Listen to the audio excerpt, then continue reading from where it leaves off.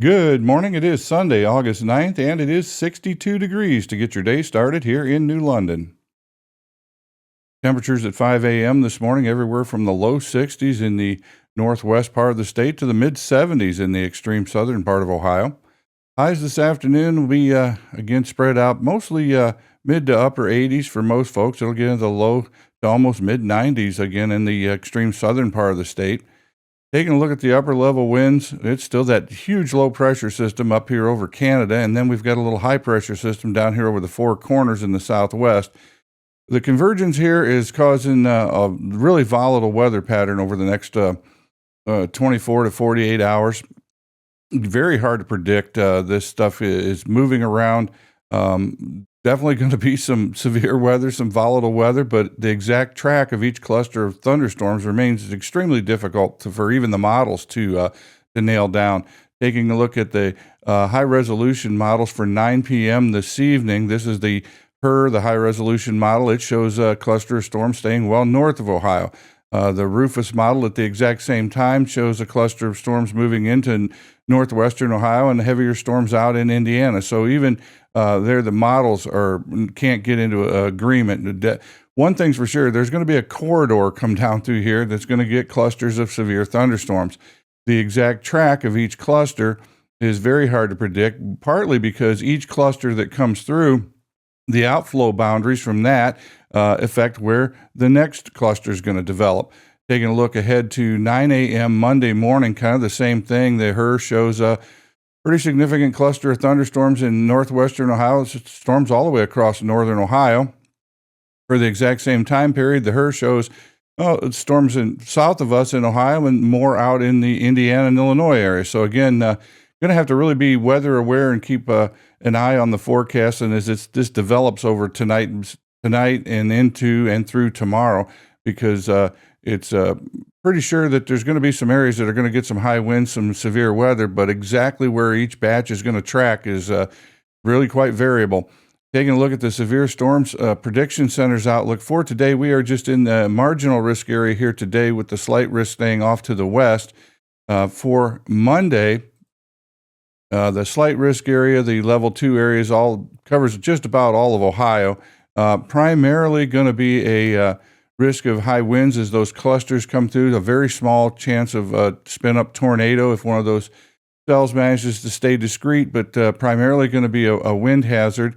That is for Monday. For Tuesday, we are just in the marginal area here in southern Huron County. The pattern is expected to shift to the south on Tuesday. Of course, these are subject to upgrade, and this thing's kind of shifting around. So again, I think the most important thing is to know that we will have probably some thunderstorms here over the next 24 hours, some of which will probably be technically severe thunderstorms with some high winds, but really need to stay weather aware because the exact track of each one of these clusters remains pretty hard to determine. Our forecast for today, it'll be sunny with a high near 87. For tonight, a chance of showers and thunderstorms, mainly after 3 a.m., but again, pretty hard to predict exactly when and where each of these clusters is going to come through. We'll have increasing clouds overnight with a low around 69. For your Monday, showers and thunderstorms likely before 5 p.m., then a chance of showers, mostly cloudy with a high near 86 for your Monday. On the Village Council agenda Monday evening, the third and final readings of ordinances revising the public records policy and establishing the Community Reinvestment Area Agreement for the new Mickey Mart. Also, a resolution to approve payments of $3,000 to the state of Ohio for the police department's mobile data terminals and $7,096 for mosquito spray. Well, I don't have anything on the calendar today, but tomorrow, U.S. Route 250 will close between Norwalk and Olena for a culvert replacement. So if you're going to Norwalk, plan another route and expect some increased traffic through New London as the southbound detour brings traffic through New London. 250 is scheduled to reopen August 28th. Today is National Melon Day, it is Rice Pudding Day, and National Woman's Day. Taking a look at some history on this date, Betty Boop made her cartoon debut in 1930 in the cartoon Dizzy Dishes. In 1945, Nagasaki, Japan was decimated when an atomic bomb named Fat Man was dropped by the United States B-29 Bockscar. In 1969, followers of Charles Manson murdered actress Sharon Tate and 4 others. The same group killed 2 more the following day.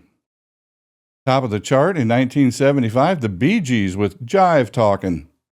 Born on this day, boxer Ken Norton, actor Sam Elliott, fashion designer Michael Kors, and singer Whitney Houston. The answer to yesterday's trivia question, that photograph graced the cover of the Beatles' Abbey Road album. Now, today's question, in 2001, this fictional TV character was made an honorary U.S. Marine and promoted to Lance Corporal. Who is that TV character? Well, finally, today I'll leave you with this quote from Michael Kors.